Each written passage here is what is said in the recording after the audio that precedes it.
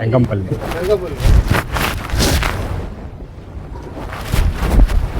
కొంచెం మాట్లాడదామా?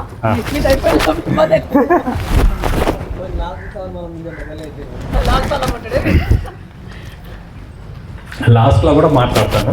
నాకు 2 సార్లు ఛాయిస్ కావాలి. ఓకేనా? రెడీయా? ఎస్.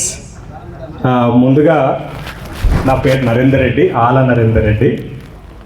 చాలామందికి కొంతకాలం నేను రెడ్డి అని తెలియదు, జస్ట్ నరేందర్. ఒకసారి ఈ ఊరు నుంచి మా అమ్మ ఏదో కబురు పంపింది, నేను పనిచేస్తున్న ఆఫీస్కు ఇక్కడ నరేందర్ రెడ్డి ఉంటే అక్కడ మా ఫ్రెండ్స్ ఎవరు నరేందర్ రెడ్డి ఎవరు లేరని తీసి పంపించేశారు. అంటే హైదరాబాద్లో దాదాపు 20-25 సంవత్సరాలు నేను రెడ్డి అని ఎవరికి తెలియదు, జస్ట్ నరేందర్ అంతే. ఎందుకు అట్లా ఉంది అంటే, నేను పనిచేసిన ఆర్గనైజేషన్లో కులాలు లేకుండా, మతాలు లేకుండా పేర్లను ఇట్లా కవర్ చేసేవాళ్ళం అన్నమాట. ఈరోజు ఈ ఆత్మీయ సమ్మేళనం యాక్చువల్గా నేను 24 లాస్ట్ మంత్ 24 అన్నప్పుడు చాలా భయపడ్డాను, మిస్ అయ్యేవాడిని. ఎందుకంటే నేను ఆ రోజు దుబాయ్లో ఉన్నాను. సో లక్కీ మన్యకొండకు ఫోన్ చేస్తే, లేదురా నేను టెన్షన్ పడదు, వాయిదా పడ్డది అని చెప్పాడు అనమాట. ఈరోజు కూడా యాక్చువల్గా నేను శ్రీకాకుళంలో ఉండాలి, కానీ లక్కీ నేను ఆ ప్రోగ్రామ్ను వాయిదా వేసుకొని ఇక్కడికి రావడం జరిగింది. హాయ్ హాయ్ కిషోర్కి అందరూ చప్పట్లతో స్వాగతం.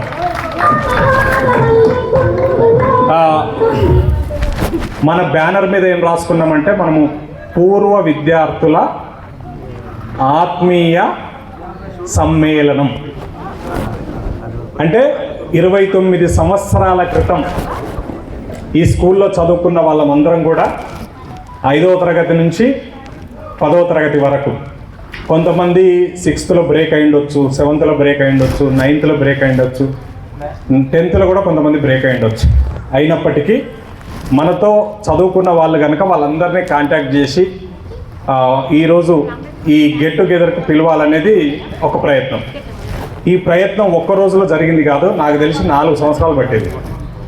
4 సంవత్సరాలు ప్రయత్నం చేస్తే ఈ మాత్రం గ్యాదరింగ్ అనేది జరిగిందనమాట.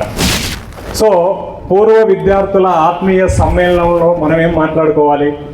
చాలామంది వేదిక మీదకి వచ్చి కనీసం పేరు చెప్పడానికో, వాళ్ళ ఫ్యామిలీ విషయాలు చెప్పడానికి, వాళ్ళు పనిచేసిన ఎక్కడ పనిచేస్తున్నారు, ఏం పని చేస్తున్నారు అని చెప్పడానికి కూడా వెనక ముందు ఆడుతున్నారు. భయపడాల్సిన అవసరం లేదు, ఎందుకంటే మనం అందరం బాల్యమిత్రులం కదా. అందుకోసం చెప్పాలి, మాట్లాడాలి. మాట్లాడితే తెలుస్తుంది. ఎందుకు మనం మాట్లాడాలి అంటే, 29 సంవత్సరాల మన గ్యాప్. చాలామంది 29 ఇయర్స్ తర్వాతనే చూసుకున్నాం. ఈ 29 సంవత్సరాలు ఎక్కడున్నాం, ఏం చేసినాం, ఎట్లా బతికినాం, మన ఫ్యామిలీ ఏంటి, మన పిల్లలు ఏంటి, ఎక్కడుంటున్నాం అని తెలిస్తే ఇంకో 20-30 ఏళ్ళు మనం బతికినా ఒకరికొకరం హెల్ప్ చేసుకునే అవకాశాలు ఉంటాయి.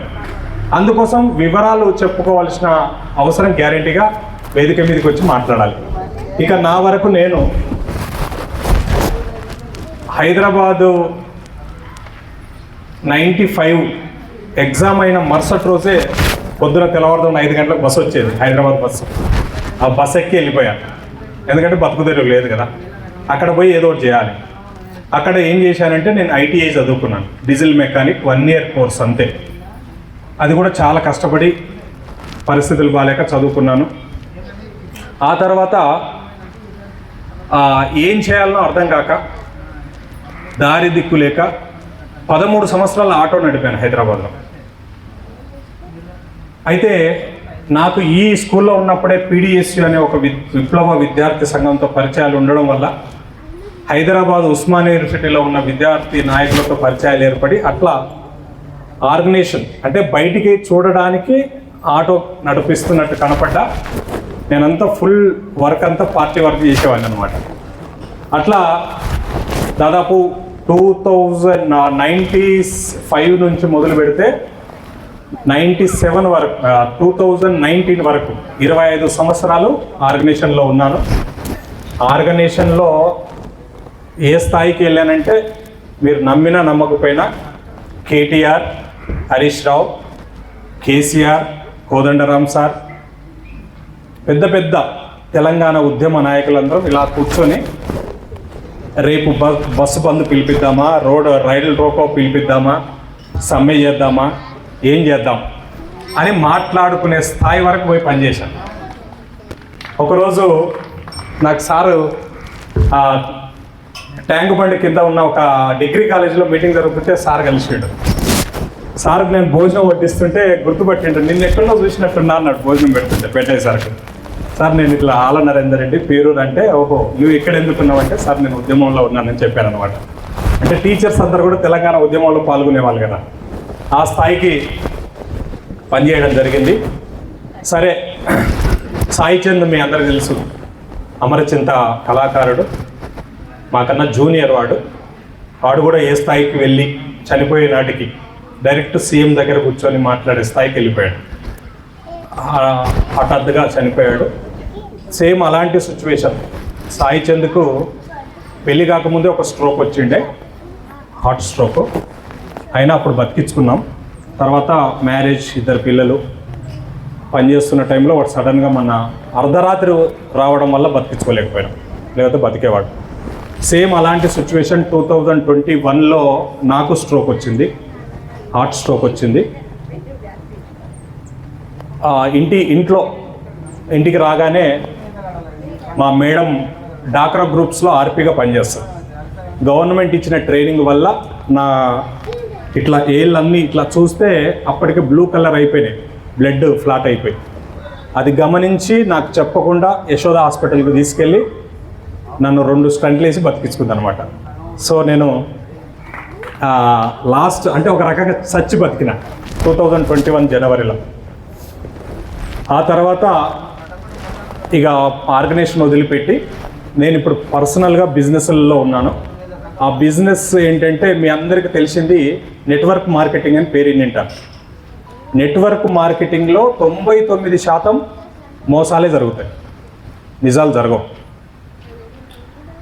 తెలియక 1-2 ఇయర్స్ మనం కూడా మోసపోయిన సందర్భాలు ఉన్నాయి. కానీ ఆ ఇండస్ట్రీ వేరే దేశాల్లో చాలామందికి యూత్కు ఎంప్లాయ్మెంట్ ఇస్తుంది. దీంట్లో నిజాయితీ కలిగిన ప్రాజెక్టులో మనం వర్క్ చేసి చాలామందికి మేలు చేయాలి అనే ఉద్దేశంతో నేను ఆ ఇండస్ట్రీలో పనిచేస్తున్నాను. ఇప్పుడు నేను ఒక ఆన్లైన్ మెటాఫోర్స్ అనే ఒక ప్రాజెక్ట్లో పనిచేస్తున్నాను. మా హెడ్ ఆఫీస్ వచ్చేసి దుబాయ్లో ఉంటుంది. ఆ సబ్జెక్టు ఇప్పుడున్న సాఫ్ట్వేర్ ఇంజనీర్లకు కూడా తెలియని సబ్జెక్ట్. అంటే రాబోయే 30 ఏళ్లలో ఏం టెక్నాలజీ వస్తుంది, ఆ టెక్నాలజీని ఇప్పుడిప్పుడే మనం ప్రమోట్ చేయాలి అనేది మా కంపెనీలో ఉన్న ఇదనమాట. దాన్ని నేను మన సౌత్ ఇండియాలో తెలుగు, ఆంధ్ర సమాజానికి నా మాటల ద్వారా నేను వాళ్ళకి ప్రాజెక్టును, టెక్నాలజీని పరిచయం చేసే ప్రయత్నం చేస్తుంటాను. Zoom meetings, YouTube channels, TV channels, వీటి ద్వారా. నాది వాయిస్ ఆఫ్ నెట్వర్క్ అని నాకు మన యూట్యూబ్ ఛానల్ ఉంటుంది. రెగ్యులర్గా జూమ్ మీటింగ్స్ చెప్తూ ఉంటాను, యూట్యూబ్ ఛానల్స్ వింటూ ఉంటారు. కొన్ని వేల మంది మా కంపెనీలో 2 ఇయర్స్లో దాదాపు 1000-2000 మంది కోటీశ్వర్లు అయ్యారనమాట నా ప్రాజెక్టులో.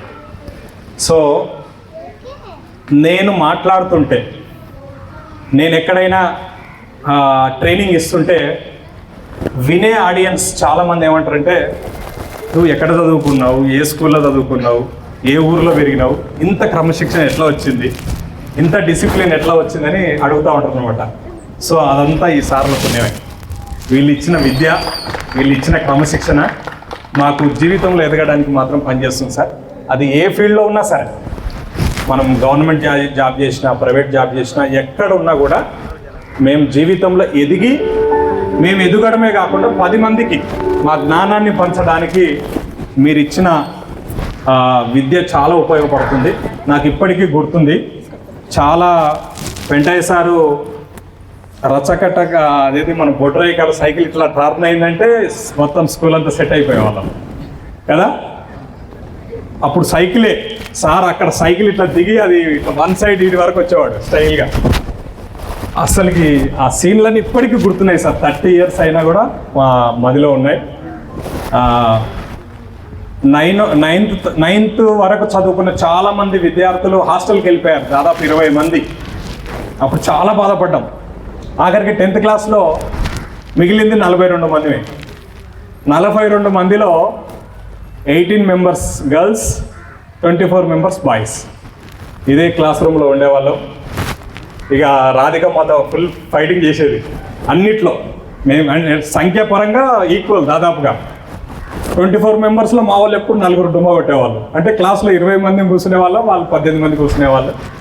అన్ని రకాలుగా గేమ్స్లల్లో కానీ లేకపోతే స్టడీలో కానీ మాకు ఒక అలవాటు ఉండేది. సుదర్శను, నేను, మణికొండ, రాజు, మేము నలుగురు ఒక బెంచ్ మేట్స్ అనమాట. ఏ గేమ్స్ ఆడినా మన నలుగురిలో ఒకటికి ఫస్ట్ ప్రైజ్ రావాలి, ఏ సబ్జెక్ట్లో మార్కులు ఎక్కువ వచ్చినా మన నలుగురిలో ఒకటికి రావాలి అనే కండిషన్తో మేము ఉండేవాళ్ళం. అట్లా 10th క్లాస్ బాగా జరిగింది. 10th అయిపోయిన తర్వాత మీరు నమ్మినా నమ్మకపోయినా సార్, నేనైతే ఒక 10 సంవత్సరాలు ఇలా ఇవే జ్ఞాపకాలు, ఇవే నిద్రలో పడుకుంటే కూడా తక్కువ లేచి స్కూల్కి పోయినట్టు, సార్ దగ్గరికి మేము కరాటే ట్రైనింగ్కి వచ్చేవాళ్ళం, నేను, స్వామి, ఇట్లాంటి వాళ్ళందరం మణికొండ. ఆ జ్ఞాపకాలు, ఇక్కడ గేమ్స్ ఆడినట్టు, బుక్స్ చదివినట్టు, ఎట్లెట్లో చాలా చాలా జ్ఞాపకాలు ఉన్నాయి. అవన్నీ నిజంగా రాధిక ఏమంటుందంటే, సార్ మేము మర్చిపోయిన 30 ఏళ్ళ నుంచి, కానీ ప్రతిదీ గుర్తుంది మాకైతే. రాత్రి నుంచి అన్నీ కలెక్ట్ చేసుకుంటున్నాం. మనకు సైన్స్ సోషల్ సబ్జెక్ట్ కానీ లేకపోతే చెట్ల కింద అక్కడ ఒక క్లాస్ జరిగేది గుర్తుంటే మనకు. అవన్నీ గుర్తొస్తుంటే ఒక రకంగా 30 years గడిచిపోయిందా అనిపిస్తుంది. కానీ ఇక నుంచి మనందరం ఏం చేయాలంటే, ఆత్మీయ సమ్మేళనం అంటే ఆత్మీయులు ఎట్లా కలిసి ఉంటారు చెప్పండి. ఆత్మీయులు అంటే ప్రతి పండుగ, ప్రతి సెలబ్రేషన్కి ఆత్మీయులందరూ కలుస్తూ ఉంటారు. అసలు ఆత్మీయులు కలవడానికి అకేషన్స్ వాళ్ళే క్రియేట్ చేసుకుంటారు కదా. నెల రోజులకు ఒకసారి కలిసే ప్రయత్నం చేస్తుంటారు. కనీసం మనం నెలకు కాకపోయినా అప్పుడప్పుడు ఇంతమంది దాదాపు అందరం పెద్దోళ్ళు, అంటే పెళ్ళిళ్ళు అయినాయి, పిల్లలు పెళ్ళిళ్ళకి వచ్చారు. ఇప్పుడు నాకు తెలిసి పిల్లల పెళ్ళిళ్ళు జరుగుతున్నాయి కొన్ని ఫ్యామిలీస్లలో. నాకు మా ఫ్యామిలీ గురించి చెప్పాలి. మా మిస్సెస్ పేరు రాజ్యలక్ష్మి, నల్గొండ జిల్లా పట్టిమర్తి అనే విలేజ్, చిట్యాల దగ్గర. దళిత్ తను, నేను రెడ్డి. ఇంటర్ కాస్ట్ మ్యారేజ్ చేసుకున్నాను. తను సింగర్, బాగా పాటలు పాడుతుంది, బుర్రకథలు చెప్తుంది. ఉద్యమంలో మేము పరిచయం అయినాం. లవ్ మ్యారేజ్ అసలు కాదు, పార్టీ వాళ్ళు సజెషన్ చేసి చేసిన పెళ్ళి అన్నమాట. సో రాజ్యలక్ష్మి, మాకిద్దరు పిల్లలు. 2003లో మా మ్యారేజ్ అయింది. పాప ఇప్పుడు ఇంజనీరింగ్ ఫస్ట్ ఇయర్ చదువుతుంది. నెక్స్ట్ వేవ్ అనే ఒక కొత్త కాలేజ్ వచ్చింది హైదరాబాద్లో, మీరు యూట్యూబ్లో కొట్టండి. నెక్స్ట్ వేవ్ ఇంజనీరింగ్ అంటే ఏంటి, కొత్త సబ్జెక్ట్. అది కూడా చాలా ఫీజు ఎక్కువ ఉంది, కానీ చాలా భవిష్యత్తు ఇచ్చే కాలేజ్ అది. ఆ కాలేజీలో మా పాపను చదివిపిస్తున్నా. దాదాపు 25 lakhs ఖరీదు వాళ్ళ 4 years కోర్స్ అది. బాబు వచ్చేసి, పాప పేరు స్ఫూర్తి, ఎన్ఆర్ స్ఫూర్తి. బాబు ఇంటర్ ఫస్ట్ ఇయర్ భగత్ తన పేరు. వాడు ఇంటర్ ఫస్ట్ ఇయర్ చదువుతున్నాడు. ఇది మా ఫ్యామిలీకి సంబంధించి. నేను దమ్మాయిగూడలో ఉంటాను, హైదరాబాద్ దమ్మాయిగూడలో ఉంటాను. నేను ఉండడమే కాదు, నాతో పాటు 50 మందికి ఇండ్లు సాధించి ఉంటున్నాను అక్కడ. 100 గజాలు గవర్నమెంట్తో మేము గుడిసెలేసి, ఎర్ర జెండాలు బాతి గుడిసెలేసి 50 మందికి ఇండ్లు సాధిస్తే, అందులో నాకు 100 గజాలు ఉంది. అందరం ఇల్లు కట్టుకున్నాం. ఇవాళ ఒక్కొక్క ఇల్లు 50 నుంచి 80 లక్షల వాల్యూ. అది నేను అక్కడే ఉంటాను. మా మిస్సెస్ వాళ్ళు తల్లిగారు కూడా అక్కడే ఉంటారు అనమాట. దమ్మాయి కూడా మీరు ఎవరైనా రావచ్చు. కొంతమంది ఫ్రెండ్స్ వచ్చారు అప్పటి మా ఇంటికి. హైదరాబాద్లో ఉంటాను. సో మా అమ్మ మీ అందరికీ తెలుసు, ఆల జానమ్మ, లాస్ట్ ఇయర్ చనిపోయింది. అమ్మ ఉన్నంతకాలం రెగ్యులర్గా వచ్చేవాళ్ళం. ఇప్పుడు కూడా వస్తాను, కానీ అప్పుడప్పుడు తక్కువ. ఇది ఫ్రెండ్స్, నేను చెప్పేది ఏంటంటే, మనం ఎవ్వరం ఎక్కడున్నా, ఆడవాళ్ళైనా మగవాళ్ళైనా, మనకు ఒక వాట్సాప్ గ్రూప్ ఉంది. ఆ గ్రూపులో గుడ్ మార్నింగ్లు, గుడ్ నైట్లతో పాటు మన సాధక బాధకాలు, మన ఇళ్ళల్లో జరిగే ఫంక్షన్స్, పెళ్ళిళ్ళు ఇట్లాంటివి పెట్టుకొని అందరం ఆ సందర్భంగా కలిసే ప్రయత్నం చేద్దాం. ఇది ఎందుకు మనకేం అవసరం అంటే, ఇందాక మనం 4-5 చనిపోయినప్పుడు మనం అందరం ఆ ఫ్యామిలీస్కు కొంత హెల్ప్ చేసినాం, గుర్తుందా? ఒక 2 ఫ్యామిలీస్కో 3 ఫ్యామిలీస్కో మనం డబ్బుల సహకారం చేసినాం. అట్లా మన ఫ్యామిలీలో మన పిల్లలకు మనకు ఏదైనా అవసరం అయినప్పుడు ఖచ్చితంగా ఒకరికొకరం మనం హెల్ప్ చేసుకునే సందర్భాలు వస్తాయి, అవకాశాలు వస్తాయి. అట్లా అలాంటి ఆత్మీయ సంబంధాలు మన మధ్యలో ఏర్పడాలని కోరుకుంటున్నాను. ఈ రోజు గెట్ టుగెదర్ దానికి ఉపయోగపడాలి, ఫస్ట్ పాయింట్. రెండో పాయింట్, నేనేమి వింటున్నానంటే, నెలకొక గెట్ టుగెదర్ జరుగుతుంది స్కూల్లో. మన సీనియర్స్ మన జూనియర్స్ వస్తున్నారు, మేకను కోసుకుంటున్నారు, చికెన్ వండుకుంటున్నారు, బిర్యానీ తింటున్నారు, కాసేపు మాట్లాడుకుంటున్నారు, పోతున్నారు. కానీ మనం చదువుకున్న స్కూల్కి ఏమి ఇస్తున్నాం? మనం ఏ బ్యాచ్ అని ఇంతవరకు ఇచ్చిందా? ఇచ్చింది. ఇగో విగ్రహం కట్టారు, అక్కడ ఒక విగ్రహం కట్టారు బస్ స్టాండ్లో, అంతే. ఇంకేమైనా చేసినామా? 10th క్లాస్ గెట్ టుగెదర్ అంటే 10th క్లాస్లో ఉన్న మనమందరం మన ఆర్థిక స్థితిని బట్టి మనిషికి ఇంత వేసుకొని ప్రజెంట్ చదువుతున్న విద్యార్థులకు ఈ స్కూల్కి ఏం నీడ్ ఉంది, అంటే ఏం అవసరం ఉంది అనేది కనుక మనం ఇక్కడ ఉన్న హెడ్ మాస్టర్తోనో స్కూల్ టీచర్స్తో మాట్లాడితే వాళ్ళు చెప్తారు, మా విద్యార్థులకు ఇది అవసరం ఉంది అని. వాళ్ళకు 100 కోరికలు ఉండొచ్చు, అందులో 1-2 మనం కనుక తీర్చగలిగితే ఈ గెట్ టుగెదర్కి నిజమైన న్యాయం జరుగుతుందని నేను భావిస్తున్నాను. సో నేను రెడీ, అందరికన్నా రూపాయి ఎక్కువ ఇవ్వడానికి స్కూల్ కోసం నేను రెడీ. సో అలాంటి ప్రయత్నం చేద్దాం. Thank you so much. ఖచ్చితంగా మాట్లాడాలి, అందరూ మాట్లాడాలి.